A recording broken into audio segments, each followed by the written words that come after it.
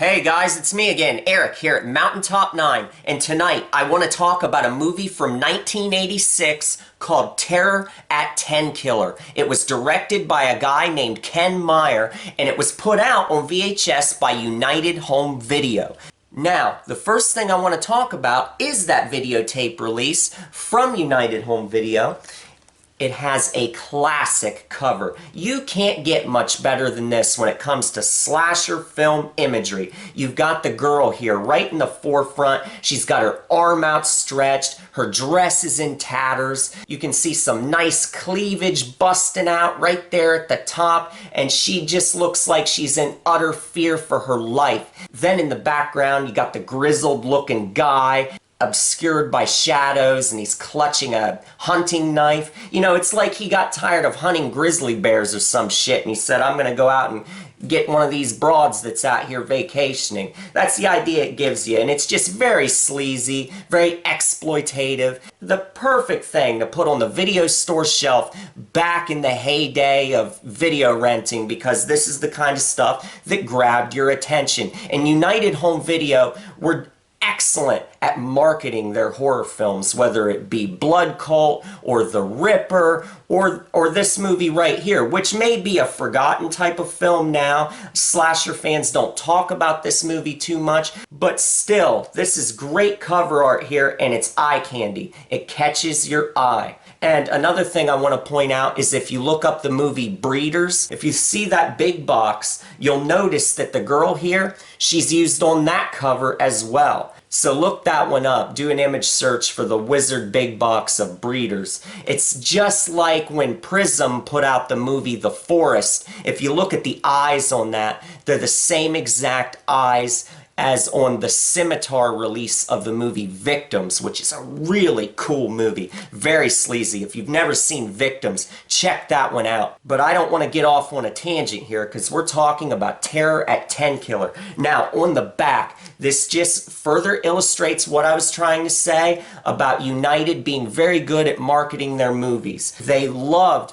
putting warnings on the back of their tapes that would say stuff like not recommended for people under 17, and on this one they wrote graphic violence. Now, graphic violence would be an overstatement where Terror at Tenkiller is concerned. It's not a very violent film at all. That just shows you how United was so good at marketing their movies. Because anytime a video company put a flashy warning or pronouncement on the back of one of their tapes, they knew that that was going to get the customer walking down the aisle, that would catch their eye, and they would say, I have to see that. Because if it's anything as morbid or violent as what they say, I just have to see it and see if I can handle it. You know, that was the idea. It was like an endurance test for a lot of people when they would rent these movies, especially when you'd get into stuff like The Faces of Death from Gorgon, or the Thriller release of Make Them Die Slowly. You know, when they would put warnings saying barbaric cruelty and this movie is banned in so many countries, that was a surefire way to make money, and these video companies knew that.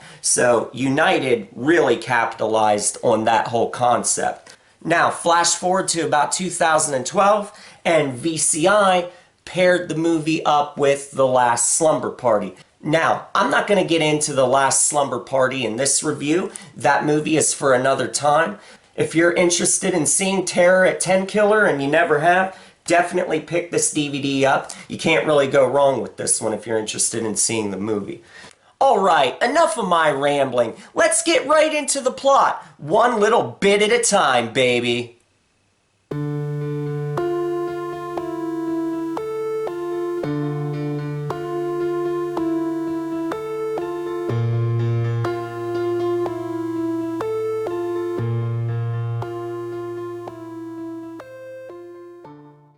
The movie starts in super murky fashion. It's a night scene where a girl named Denise is being chased by some guy in a truck. Once he catches up to her, he pulls out a knife and slits her throat. After committing this heinous atrocity, he loads her dead body onto a puny-ass rowboat and then dumps her out in the middle of a fucking lake.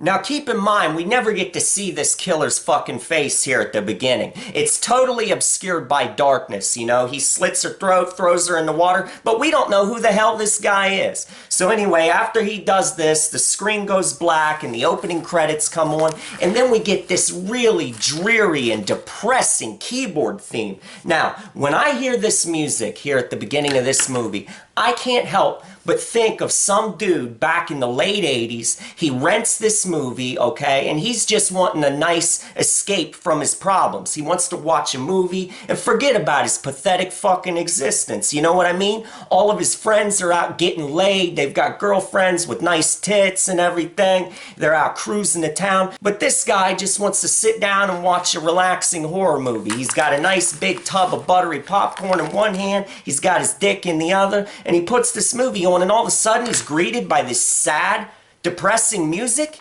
But I'm getting way off on a tangent. Let's get back to the plot of this damn thing. Now we meet our two main characters, Leslie and Jana, two college girls full of hopes and dreams. Leslie is a hot blonde bombshell with some seriously nice tits. She has a possessive boyfriend though. His name is Josh, and he tries to control her every move. When things become too stressful on campus, the two broads decide to hit the fucking road and take a trip down to Lake Tenkiller for some much needed rest and relaxation. Talk about a nice name for a lake. Sounds real fucking peaceful. Hello! But anyhow, the lake is a very quiet place, surrounded by lush green trees and chirping birds. The perfect place to relax and let your asshole be examined. But don't let the tranquility of the countryside deceive you. There's a guy named Tor that's new in town, and no one knows who he is or where the fuck he came from. At first, the girls are fooled by his dazzling good looks and down-home charm. But it doesn't take a genius to realize that Tor is really a cold-blooded killer with a craven lust for pretty college girls. Will Jenna and Leslie outsmart the brutal psycho? Or will they simply fall victim to his deadly will, just like all the others? Okay, now that we have the plot out of the way, let's get into some other aspects of the film. First of all, let's talk about some death scenes. Now, this movie isn't a big body count film, so if that's what you're looking for, you're gonna need to look elsewhere, partner. Hello! First of all, one chick gets stabbed to death in a jacuzzi. The killer gets right in the hot tub with her, and he jams the knife right into the side of her stomach, and then she bleeds out, and the water comes out in the bubbling hot water. It's not really that graphic, but it's still kind of sleazy. Then another dude gets stabbed, and then when he's on the ground, the killer takes out a knife and starts slicing off his arm. And then as you see the knife go back and forth, you can see the guy's hands twitch. And that knife goes right in this guy's arms, just like melted butter. Then another chick gets stabbed right in her damn spine as she's washing her hair in the sink. Now, first of all, anytime someone gets stabbed in the back in a horror movie, right in the middle of their back, I think that's pretty brutal. But even more brutal is the fact that this bitch is washing her hair in the sink. That is a major pet peeve of mine. I don't know about you, but that just reminds me of germs and everything. I don't like it when people do stuff around my food, okay? I've given away some very expensive meals in my time. I've given away New York strips. I've given away ribeyes. I've given away big porterhouse steaks, fucking chalupa supremes and Mexican pizzas. And you know why I gave away all that food? Because I'd be sitting and eating the food, and someone would come in the same goddamn room I am, and as they're walking by, they fucking shit their pants, okay? They blow out some nasty-ass gas, just blow ass right in the same fucking room as me. If someone does that, I say, hey, I'm done eating. I've spent, okay, $10 or $20 on a fucking meal, sat down to eat, and someone comes in the room and does that. You know what I do? They end up getting a free meal from me, because I ain't gonna eat the food. Nope. Not when you just blew your stinky ass air all in the fucking same air that I'm breathing. That bacteria-laden shitty air is gonna get on my food. No, I'm sorry, I'm not consuming your shit. That air that just came out of your asshole just traveled through your shit and came out your rectum and into the fucking air. Not having it. I'm not going to eat it, so I'll give them my food. I've given away Mexican pizzas, so it's the same deal. This chick is washing her hair in the goddamn kitchen sink. What if there's lice in her hair, okay? So if you want a nice tender steak, I don't care if it's a nice meal from Olive Garden, some nice breadsticks and pasta and chicken. I don't care if the food came from Red Lobster. I'm not eating food that has shit-filled air on it, okay? That's disgusting. It came out of someone's asshole, and it's traveling around the room, and it stinks. And the funny thing is that it's never a beautiful woman that does this shit either. You know, if a beautiful woman came walking through the fucking room and had on some nice lingerie and was just looking smoking hot, if she blew her ass all over the place, I wouldn't even care. I'd still eat the damn food. But back on the topic of the death scenes, obviously this movie isn't the second coming of Maniac or of The Prowler. It doesn't hold a candle to movies like those, but there's still just enough violence and sleaze to keep the hardcore slasher fan happy.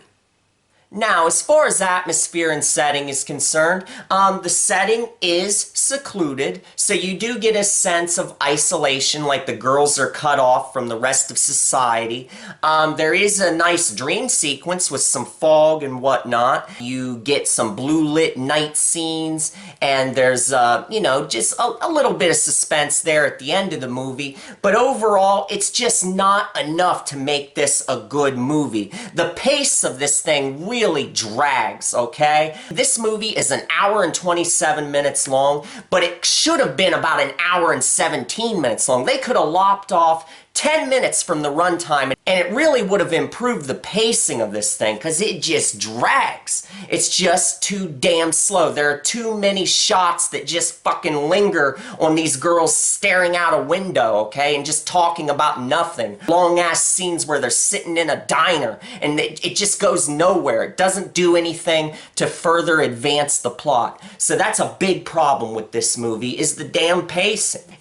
And besides the setting being secluded and a couple well-shot night scenes, for the most part, this movie is really devoid of any good atmosphere. There's nothing eerie about this movie, so it won't get you like that. There isn't anything about this movie that's going to creep you out. So, as far as atmosphere and setting, I'd give this movie a C, okay? It doesn't have a lot going for it. It's just average in that regard. Also, we basically know who the killer is from the damn jump, alright? It's never kept a secret. I mean, in that opening killing, he's obscured there at the very beginning. But it doesn't take too much longer once we get past the main credits and once the girls get down to Lake Tenkiller.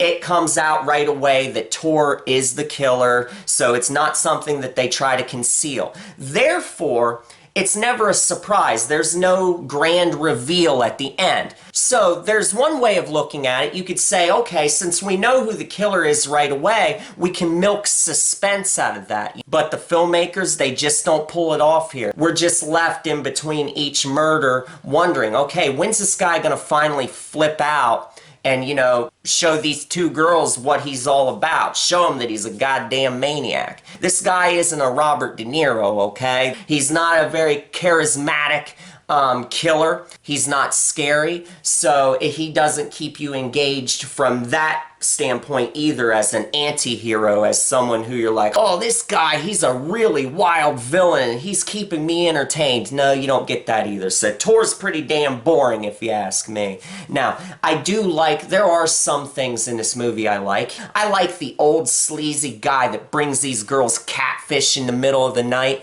Now, you know this guy's got ulterior motives. You know his balls are aching and he wants to go in there and he wants to get with these girls. You know that he wants to put his face right in their catfish, if you know what I mean. So he's bringing them catfish so that they'll offer up some of their catfish. I love eating a nice big fish sandwich. Nothing like the fucking smell of fish.